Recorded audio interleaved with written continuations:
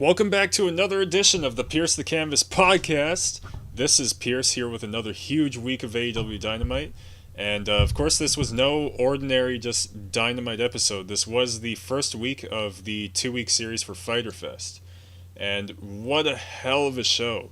You know, for AEW special shows, they try not to do too much bullshit, in between the matches. Not a whole lot of talking going on. This was one of those shows just up and down the card, or up and down the show, was just full of wrestling. So it's fantastic if you just wanted a night, kind of like a pay-per-view kind of feel. This really gave you that. And there was a really stacked card as well.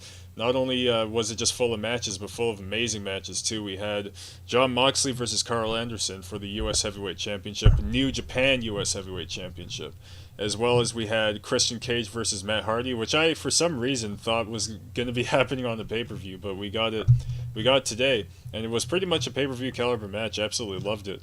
As well as the main event being Ethan Page versus Darby Allin in a coffin match. So there's a whole lot going on. The very first coffin match in AEW history. And the show started off big as well with Jon Moxley versus Carl Anderson for the NJPW US Heavyweight Championship. And of course, the match was with New Japan rules here, so you have like the 20 count, all that good stuff. And pretty much as soon as the match started, Eddie Kingston attacked Doc Gallows with a pipe. And of course, Moxley kind of has that new look we all saw floating around the internet. He's kind of shaved his head. It's grown out like a tiny little bit more, but he definitely looks a little bit more like Stone Cold Steve Austin now. There's like a part of his entrance where I was like, dude, holy crap, this guy is looking like Stone Cold. But it's cool. He looks like honestly like a raw, just ass kicking guy. So it suits him. The look suits him. So into the match, Carl lands a suplex onto the ramp. Moxley bites Carl Anderson while on the top rope and lands a superplex. Carl lands a pile driver for a near fall, and lands a flying neckbreaker as well, another near fall.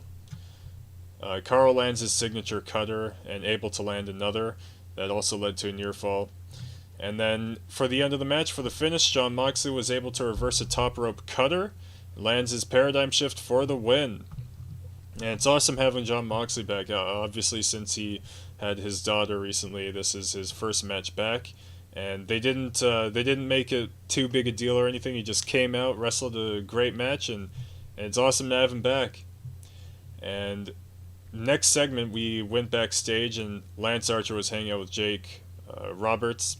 And Lance Archer actually called out Moxley and talks about how Moxley actually took the title from him and it's time for a rematch, and they want to do Texas Death Match.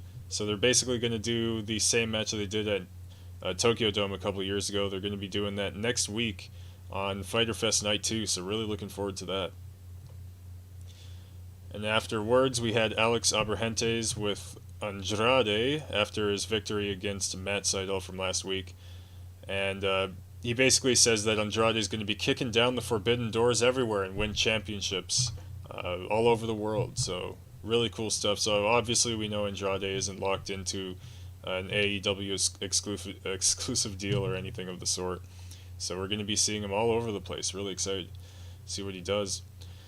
Andrade asks, what is the Death Triangle? And actually they put subtitles on the screen. Even though he was speaking English, I guess it's kind of hard to understand him because he has a very thick accent. So we had subtitles on the screen, and he was basically asking about the Death Triangle, and basically just asked Alex Abrahantes to go looking for them. So whether it's, I don't know, to join them or something, or whether it's to challenge them, who knows, but he wants something to do with the Death Triangle. Next up, we had Ricky Starks with Hook, as well as Powerhouse Hobbs. We're ringside with him, facing Brian Cage for the FTW Championship. And this is pretty much the confirmation here, just this match, everything that happened, the way it went, that Team Taz is kind of in shambles,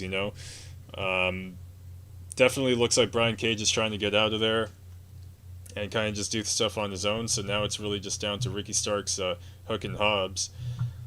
And for this match, Ricky Starks got an absolutely amazing pop. Like, he's definitely the fan favorite here, even though they kind of want to go with Brian Cage being the babyface. The crowd went absolutely nuts for Starks throughout the whole match. especially at the end, which I'll get to. And the announcers are kind of selling that Ricky Starks is still kind of injured with his neck injury. He's able to land a flying dropkick at the beginning of the match. Brian Cage lands a huge thrust kick at one point for a near fall. At one point, they were kind of fighting on the top rope, and Starks got the advantage, went down, picked up freaking Brian Cage from the top rope and powerbombed him. Never thought I would see that. It was a real cool spot. And then later on, for basically the finish here, Hook distracts the referee, and Hobbs clocks Cage with the FTW title, and Starks lands the spear for the win. So we actually technically had a title change here. He is the new FTW champion. And obviously business is not finished between Brian Cage and Team Taz. I'm sure he's going to want to go after Hobbs, get his FTW championship back. I'm not actually going to lie, I kind of just took in now that it was a title change. I didn't even realize during the show for some reason that was a championship match. The FTW championship just still doesn't count as one of the big championships to me personally. Not yet. Or even a championship that matters that much. No offense to Taz or anything, but it doesn't have that big feel. At least not yet. Not to say it can't build that credibility, but yeah, here we go. We had the title change, so Ricky Starks is the new FTW champion.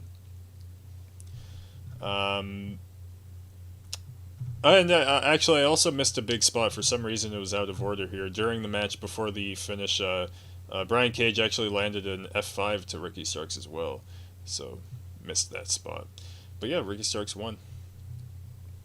So next up, we see Cody, and he's basically treating it like it's kind of a shoot segment. He's distracting the show. He's taking over the show, basically.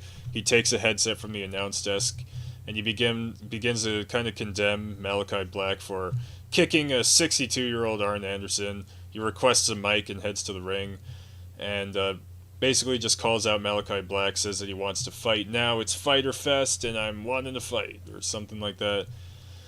And so they cut to Black, and he's in a smoky room, and he says that the fans loved seeing him kick Arn Anderson in the head. Why? Because we're a violent bunch, he basically says. And then he goes on this spiel about this horse that he saw somebody kill, and he asked the person why he did it. The person, it's kind of just stupid. The person said that it was their prize stallion, and the horse won them championships and all this and that in races, I guess. But eventually the horse lost its spark, essentially. And I don't know, I guess he said this person mercy killed the horse. I kind of was half paying attention because it's stupid talk. What? I love Malachi Black, Aleister Black, Tommy End, but that was kind of weird. And then he kind of got back to addressing Cody and said that when he looked Cody and Arn in their eyes last week, they also didn't have that spark in their eyes, or whatever it is exactly he said, essentially that it just wasn't there anymore. And Cody's freaking out. He's like, how dare you say that? And he calls him over to the ring. The lights go out. Black appears in the ring with Cody, and they begin to brawl, which goes on quite shortly as it's broken up by officials. And next up, we have Alex Marvez with Tully Blanchard, and talks about the kind of cheap shot he took on Conan a couple weeks ago. And I think they're walking and talking, and then suddenly Santana and Ortiz enter the frame, and Ortiz begins just takes hold of Tully, basically threatening that he and Santana will beat him with a crowbar, but they eventually let him go, and they say, hey, listen, Tully, go get your boys. And then Tully's like, I'm gonna go get my boys, and that was that. So yeah, I guess perhaps we're gonna get another FTR Santana Ortiz match. Yeah, we'll see what that turns into. So Tony Schiavone's in ring to interview Hangman Adam Page. And the crowd, again, is just going crazy for this dude. We had a real hot crowd. I think it was in the Austin, Texas area where the show was tonight. Packed crowd, absolutely packed. And so yeah, the crowd goes nuts for Adam Page. Tony asks about his thoughts facing Omega for the championship. Page talks about once being so close to winning an opportunity for the title. Talks about how he failed, but after thinking about it for a long time, he realizes that Dark Order's right, and that he still needs to be champion. And just as Adam Page is about to challenge Kenny Omega for the championship, He's quickly distracted by Don Callis, and out comes the Elite. Everybody except for Carl Anderson came out, I guess, because he got his ass kicked earlier. Callis says that Page is not the guy. Gallows says the same, and then this is where I noticed that Nick Jackson is freaking wearing a button-up shirt of a cat riding a shark, and the shark is vomiting a rainbow. Freaking Nick Jackson's going crazy with the attire these weeks. It's insane. So Matt takes the mic and approaches the ring, and he asks Adam if he remembers them. Do you remember us? And they happened to be the best friends that he abandoned. Says that he left them for a bunch of losers, which is kind of true. Says he can tell Page is still drinking from like his breath or whatever. Calls him a sad, lonely, drunk cowboy, and has only himself to blame. He says that he's the next great wrestling tragedy. So Adam strikes and takes out Brandon Cutler. Kenny's about to strike Adam with the title, but Dark Order comes for the save again. And Adam says that, you know what, I came here for a match and I ain't leaving without one. So Kenny Omega kind of just mocks Page, but says that he knows Adam wants Kenny in the ring, and challenges Adam and Dark Order to face Kenny and the Elite 5-on-5. And Adam says it's not the match he wants, but he agrees to the challenge and says that when they win, he will get a shot at the world title. Not only a shot at the world title, but Dark Order will also get a shot for the tag team titles. And so Kenny is real angry about that. Gets in the ring, says that Adam makes a lot of demands for someone not in the position of power. Kenny says that they get nothing, like his side isn't really getting anything, for this challenge. Like they're not getting anything apparently. So he puts up a challenge and says that if Adam and his team loses, everyone loses their title shots, and says that you miss 100% of the shots you don't take, but you also don't fail them, and encourages them to not take the challenge. Tells Adam that he's afraid to lose and just shouldn't bother. Kenny says he'll take pleasure in hearing crowds chant belt collector instead of cowboy shit. Adam says the Dark Order does not back down from a fight and accepts the challenge. So we will get that 5-on-5 Elite versus Dark Order with Adam Page match. Who knows when? I guess it would have to be before All Out. So probably in the next few weeks. I guess there's still a long time until then. So in the coming weeks we'll see that. And we'll see if Adam actually gets his title shot. So next, Jericho is with Alex Marvez, and basically says, MJF's an intelligent guy, and he digs the Greek mythology analogy used for the challenge of the five labors. Jericho uses his own Greek analogy of some sort. I missed it, didn't bother writing it down. Says he would face anyone and do anything to get to MJF. Says he's the god of thunder, the god of war, and then suddenly a chair strikes him right in the neck, I think, just hit him right in the neck. Sean Spears is the one who struck him with a chair. MJF comes in and says that the first labor is that Jericho has to face Spears in a match where Spears can use a chair and Jericho cannot. So that will be the very first match out of the 5 total for Chris Jericho. And that brought us to one of the big matches of the night, Matt Hardy versus Christian Cage. And apparently Christian has never beat Matt Hardy in singles, so this was kind of a big deal for Christian getting into it. And into the match, Christian dives onto Matt on the outside. Christian hits a neck breaker for a near fall. And then once Matt gets the advantage, he drags Christian into the corner, onto the apron, and DDTs Christian Cage onto the steel steps. Pretty brutal. Christian reverses a twist of fate and lands a spear for a near fall. Still repping Edge's spear. Christian's up top and lands a beautiful frog splash for a near fall. Hardy lands a superplex as well later on. And at one point, Christian's going for a kill switch, but Hardy's able to sneak a low blow without getting caught, and lands a twist of fate for a near fall. That was a close near fall. Hardy locks in his leech submission on the outside and pretty much knocks out Christian until a 9 count, where he's able to make it back to the ring and lands his own kill switch successfully for the win. And then after the match, the Hardy family office surrounded Christian until Jurassic Express ran off the heels. And yeah, it was a great match. It was really cool actually being able to see, Matt Hardy versus Christian, which is honestly a legendary 2.5 decade old feud. So it was really cool that we got this on this episode here, and I'm not too interested in it really prolonging. I think we can move Christian on to other stuff. But this was a great match. I thought it was one of the better singles matches for either guy in AEW. So next, I missed quite a bit of what this guy said, but we saw Miro next.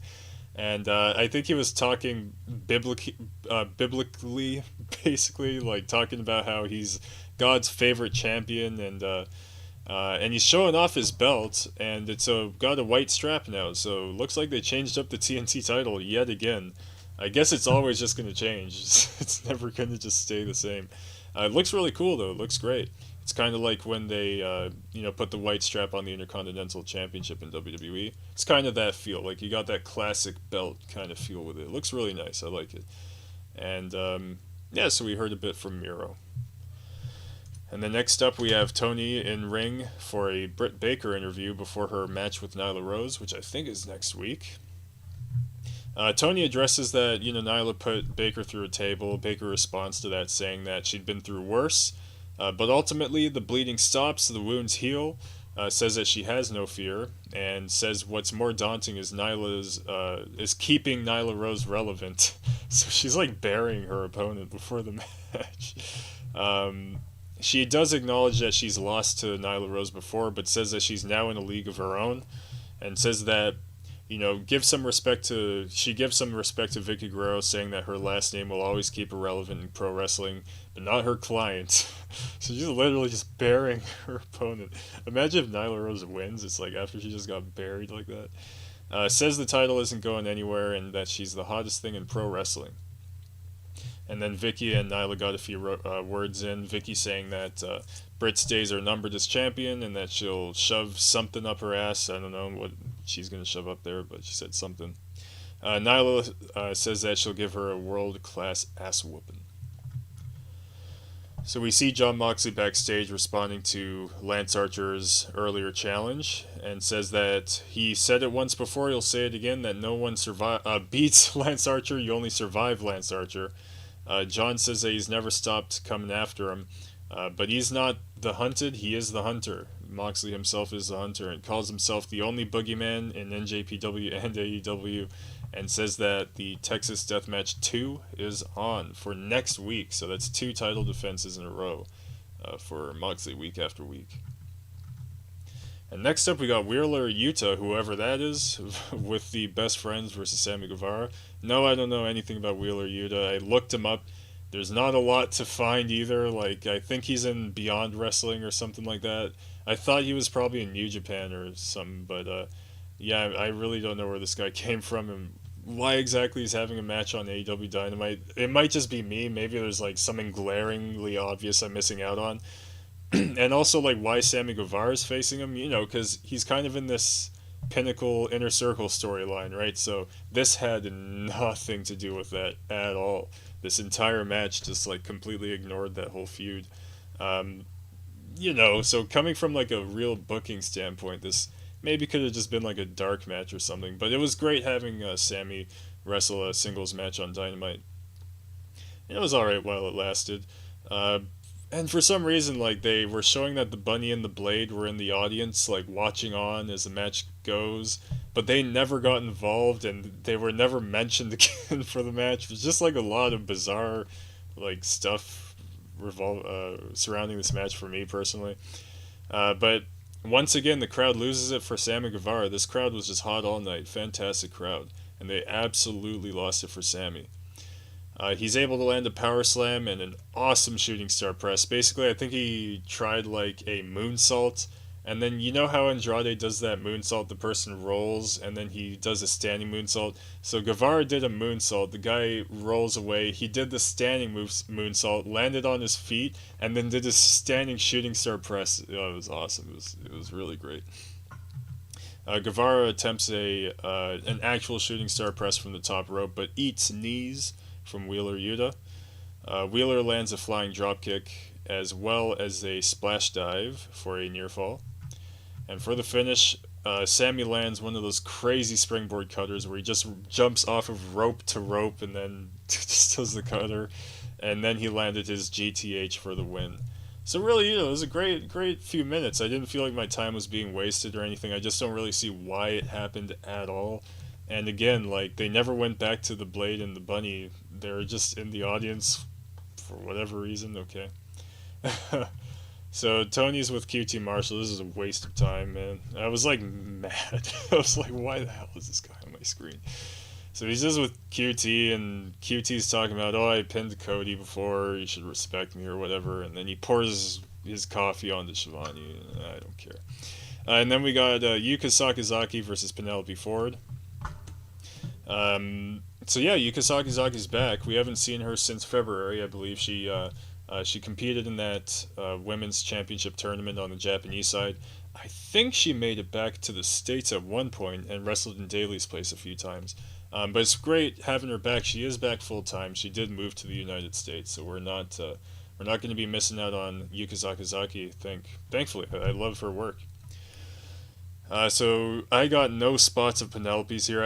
I probably was a bit distracted during certain parts of this match, but I only got Yuka spots. We got a diving cannonball on the outside, as well as she landed a signature spinning diving back elbow, as well as she hit some like crazy, she spins around and does this slam, but she does like really weird, this strange spinning slam. And for the finish, she hit her magical girl splash for the win. So welcome back to Yuka Sakazaki. Great having her around. I'm sure we're going to have some awesome matches with her. And then that leads us to the main event, which was All Ego Ethan Page versus Darby Allin in a coffin match. And this was pretty darn great. So Darby reveals after his entrance that he's equipped with like steel padding on his back, and then he kind of like does like a mini coffin drop onto Ethan Page while he's standing. And Scorpio Sky's quick to reveal that he's inside of the coffin. I forgot to mention before the match started, they had like these AEW version of druids basically dragging the coffin over to the ringside. And then, as I said, just a couple minutes into the match, Scorpio is revealed to be inside the coffin and attacks Darby. Barely any time passes before Sting comes, and he and Sky start brawling, and it was a pretty intense brawl. They went up into the crowd. Sting at one point found a garbage bin, starts beating the crap out of Scorpio with a garbage bin. So I'm pretty sure we're going to get a Scorpio Sky versus Sting match pretty soon, which is freaking awesome. And also because I know Scorpio Sky is one of those like die-hard Sting fan guys. So great for him. He's going to get a singles match with this guy for sure. And so I may have been slightly distracted during this match because I don't remember the part where the turnbuckle got taken off. Was that during commercial? I think I saw a few things happening during commercial that shouldn't have been during commercial. Like they were fighting in the crowd and all kinds of stuff was happening. They come back from commercial. I'm not sure if it was like a minute after they came back from commercial, but I just look at the screen and the turnbuckle is completely removed. Not just the turnbuckle, like it's literally like the ring ropes are removed and everything. And Ethan attacks him with the steel of the turnbuckle and tries to shove Darby into the coffin, but he reverses and shoves the turnbuckle steel into Ethan Page's mouth and tries kicking him into the coffin. And so at this point, they're both basically standing in the coffin, because the rule is you have to have your whole body in the coffin, and then the coffin shut is the rule to win. So guys are fighting basically in the coffin, and Ethan is striking Darby until he bites his way out. And Ethan reveals to be opened up at this point, probably from the attacks of the turnbuckle. And Ethan lands an Avalanche Ego's Edge onto the steel stairs. That was freaking insane. That's like a crazy spot to be taking. Onto the steel stairs, Avalanche Ego's Edge. So basically from the top rope. Ethan's attempting to throw Darby into the coffin after that crazy spot, but Darby's able to do the eye rake he did like a couple weeks ago to him, just raking the hell out of his eyes as if he's trying to rip them out. And Darby has a skateboard, jumps onto Ethan with the skateboard. This actually gets Ethan to fall into the coffin, and Darby's able to shut it closed for the win. And so Darby Allin won the feud here, at least with Ethan Page. Again, I'm sure we're going to get the Scorpio Sky and Sting match soon enough. And a pretty awesome spot after the match to end the night to, the proverbial nail in the coffin. Darby celebrates his win, but then he climbs back to the top rope and he coffin drops onto the coffin, rather through the coffin, and landing onto Ethan Page. And that brought us off the air. So, overall, fantastic show. There wasn't a whole lot of promo work. Really, the only real promo segment was the Elite and Dark Order / Adam Page segment. The Alice, or shit, the Malachi Black and Cody segment was real short. The bit of talking here and there from like Britt Baker and everything was kept nice and short. We had a lot of wrestling on the show, so I loved it. And I think we're gonna have a very, very similar type of deal next week, where it's just gonna be tons of wrestling. I'm really excited to see those matches. I'm excited to see the IWGP US Championship defense. I wonder if Lance Archer will win it, man. I really do, because I think I remember hearing recently that he's extremely interested in coming back to New Japan. So he really could win that title. And also just hearing that he's not the happiest in his place in AEW, which why the hell would he? He seems kind of directionless. Like, wasn't he getting all up in Sting's grill just like a month ago? And that just disappeared. We got absolutely no payoff for that. So he's kind of just been all over the place. So I'm not going to lie, it wouldn't be the worst thing if he beat Moxley for this championship and went off to Japan or whatever he's able to do. Maybe he'll just be showing up on New Japan Strong to defend the title, but to get him back into New Japan, I think would really spark something for him, because this, it is a little bit of a waste of talent, man. This guy's amazing, and really want to see what he could do with his career. A whole bunch of other matches announced for next week, and we will be back to cover those. That's going to do it for today. That was July 14th's Fyter Fest, Night 1. Thank you very much for tuning into the Pierce the Canvas podcast. We'll return next week. Don't forget to subscribe, and feel free to check me out on Twitch, known as Liberty Killer. You can check me out playing video games, making music, all kinds of stuff. So tune into there, and we'll be back next week. Take care, everyone.